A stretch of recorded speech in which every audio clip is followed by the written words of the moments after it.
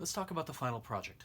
The first step is to go to the New Masters Academy website and find 3 different models doing 3 different poses. So you can do a standing pose, a seated or a reclining pose, whatever you want. Just make sure that the poses are different from each other. That's going to make for a more interesting drawing. Now, the next step is to find some kind of background that will make for some kind of interesting scene setting, some kind of interesting world that the models can occupy. This could be an interior, exterior. It doesn't have to be realistic. It can be a volcanic crater, or in my case, it's going to be a bunch of mushrooms on a forest floor. Whatever you feel like doing, it's really going to be up to you. You can also combine a couple of different backgrounds if you can't find one that completely satisfies your interests. All right, so I've got 3 different models. I've got my background chosen.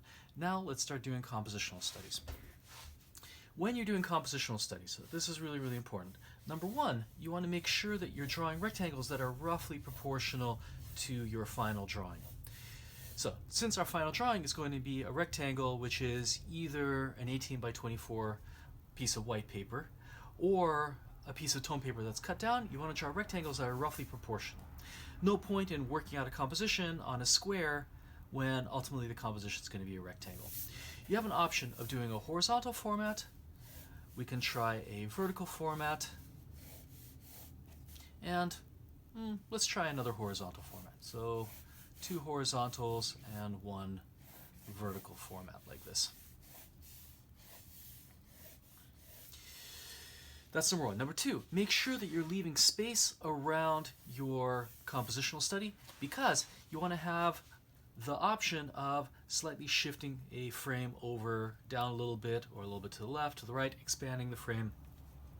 If you don't leave space around your compositional study, you lose that flexibility. That's number 2. Number 3, when you're composing with figures, use your simple volumetric armature to work out the composition. So for the female figure, I'm going to do something that looks like this. So look, this is the simple geometric armature we've been using the entire time. Not only useful for breaking down the figure and figuring out what's happening to the volumes as they're moving in space, also an excellent way of composing. It allows you to compose and recompose and shift things very, very quickly without getting bogged down in detail.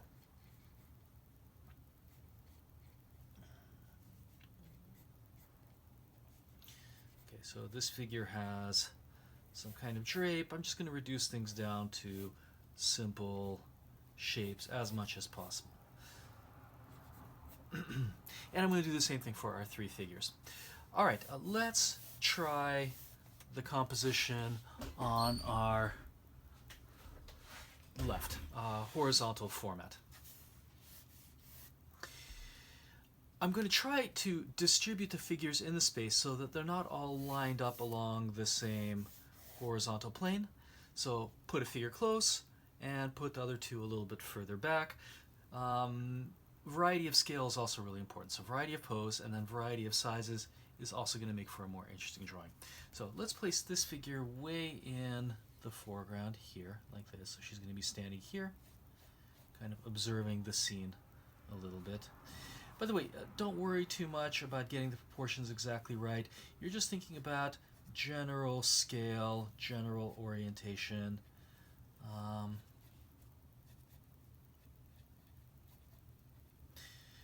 We'll talk about some compositional rules later. I just want to show you guys the amount of detail required at this stage, which is really not a tremendous amount. It's a little bit of a complicated pose, by the way. Her foot's coming back, coming forward. I'm not sure I exactly got it. Don't worry about it. Okay. Then, let's see. Well, maybe let's place a mushroom here like this. By the way, I'm trying to stay faithful to the poses as much as I can. I absolutely do not have to be faithful to the background. I will adjust the background to fit the figures.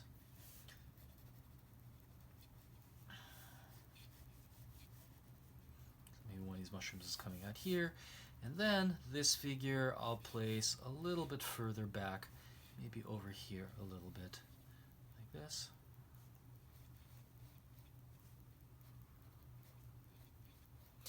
You can see by using our simple volumes, it allows me to sketch in the general shape, general placement of our figures really quickly, and then if I need to move them around, I'm not committed to anything at all. I can very easily move this figure over. So anyone who does a lot of multi-figure compositions usually will work in this kind of way at the beginning. So I'm going to put this mushroom here, like this. And then our last figure maybe we'll place somewhere here in the background. I'll move this mushroom over. This is, by the way, why I'm not doing these compositional study in pen, because usually I can only see whether a composition is successful once I've got everything down. And then I'm going to have to move things around. So for instance, I'm squishing this guy in between the figure. Probably what I'll have to do is move this figure down a little bit in order to get everything to fit correctly. Compositional studies require a lot of tinkering, a lot of moving things around. So let's get rid of this guy. Well, not get rid of him, but let's move him down a little bit so we have room for this figure.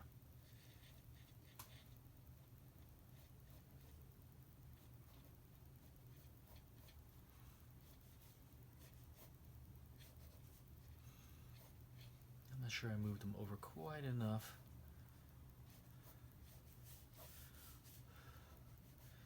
You know what, let's make this guy a little bit smaller.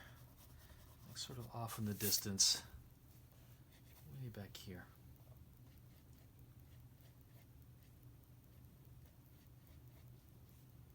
Then he'll fit better, I think.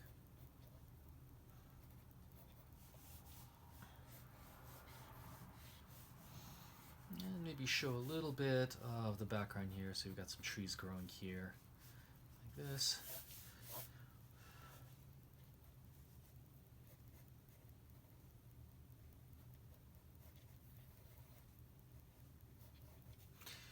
Okay, so that's going to be my compositional study number 1. Let me just give this a little bit of definition here.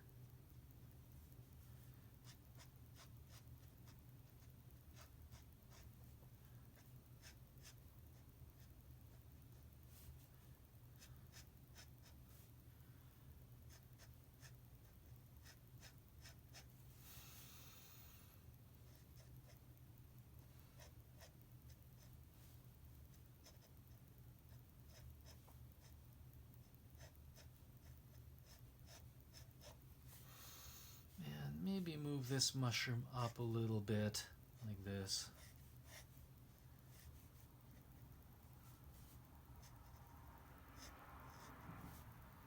Move him back a little bit. And this guy's going to be here, like this. Maybe this mushroom is just simply getting in the way, so I'm just going to reduce this down a little bit. Like this.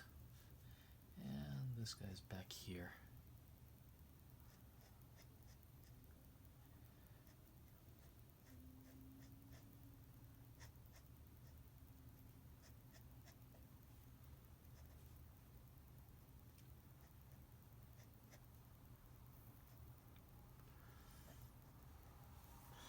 Now I can maybe move the forest floor down a little bit this way, and then include a few of the trees growing in the background.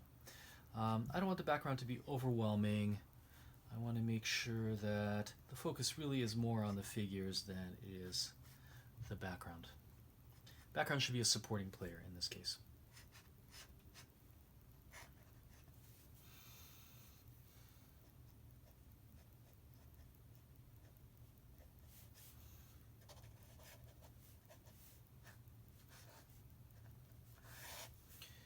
Alright, so there is composition number 1. Let's try one more. This time in a vertical format.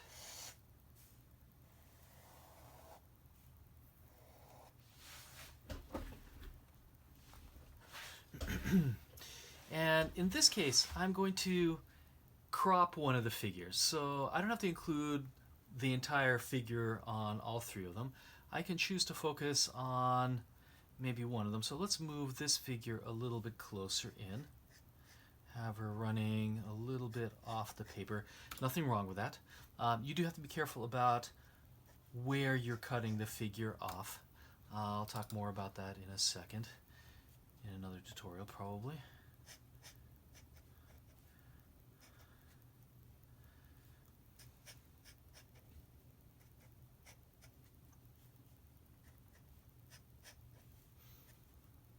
Okay. And here is my foreground figure. And maybe I'll extend one of the mushrooms out this way, like this.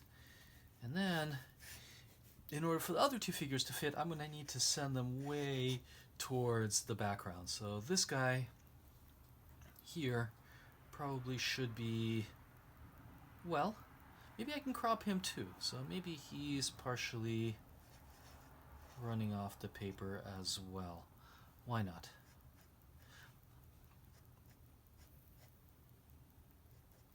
Since we have such a tightly cropped vertical composition, that actually might be the better option here. So these two figures are occupying the background, or sorry, the foreground, and then we have a mushroom here, and maybe another mushroom going this way, like this, and then our last figure is standing on the mushroom.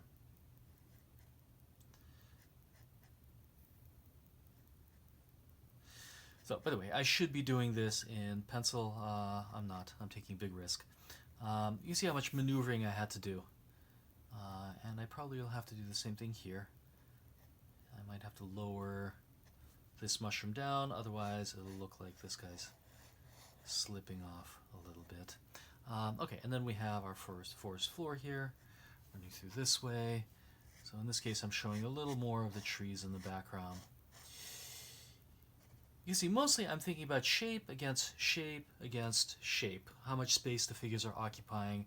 I'm not bogging myself down in detail. It's too early to start drawing faces or to work out the precise details in the poses.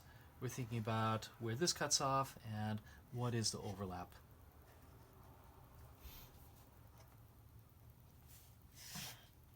Alright, so here is compositional study number 2. And let's shift over here. Let's do one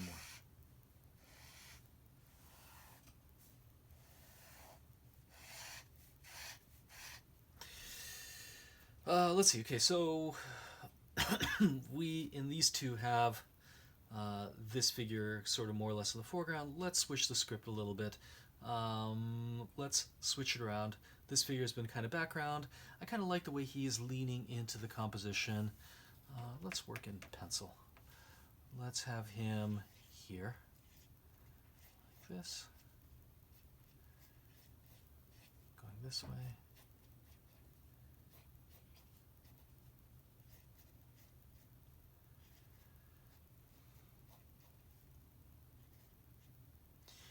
Again, these should be deliberately rough because really we don't want to focus on detail right now. We don't want to fall in love with the detail. We want to make sure that we're able to move things around really, really quickly. Again, this is the essence of the compositional study. And by the way, don't pen in the frame because we might need to move things around. So for instance, in this composition, maybe I'll expand the frame down a little bit to include a little more of the figure here on the bottom. Alright, and then maybe I will couple these two figures together, so have them here.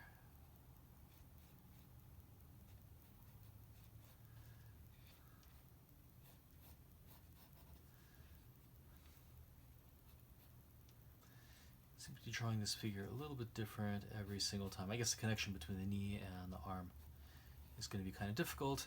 And then our next figure, okay, we're going to have to move these mushrooms over a little bit, is standing right here.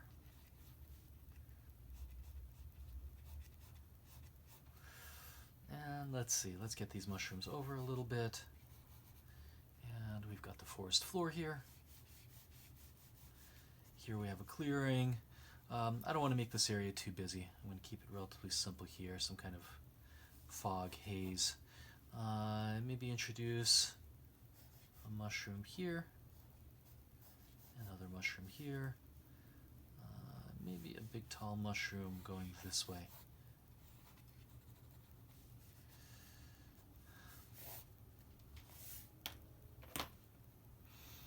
Okay, let's sync this a little bit so you can see it a little more clearly.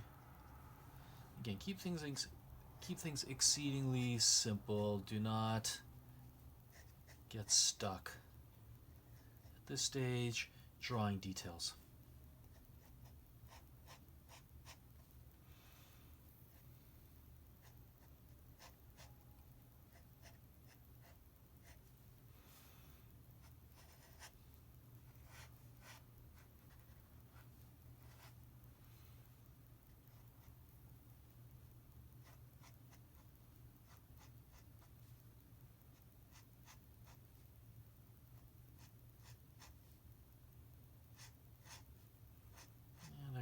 This figure a little closer, just to group them together.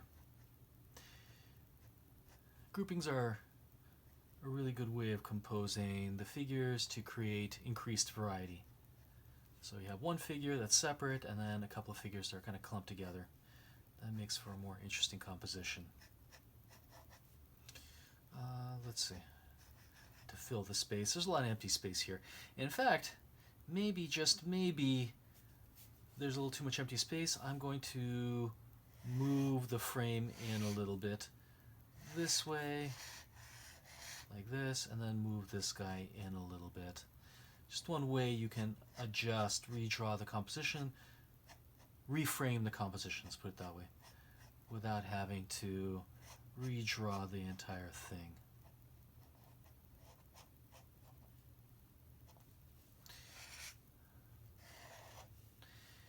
Now, the composition is a little more unified. This guy was a little bit too far over to this side. Okay, so there is composition number 3. We have 3 really rough compositions, but we have enough down so that we can make some kind of compositional decision as to which one to choose. Let's say I want to go with this one. The next step is to do a slightly larger, slightly more refined preliminary study before we start jumping into our our final sketch for the piece. So this is going to be a little bit more refined. We're going to start thinking about specific details, the specifics of the pose, and do a slightly more finished drawing, once again, before jumping into actually doing a sketch.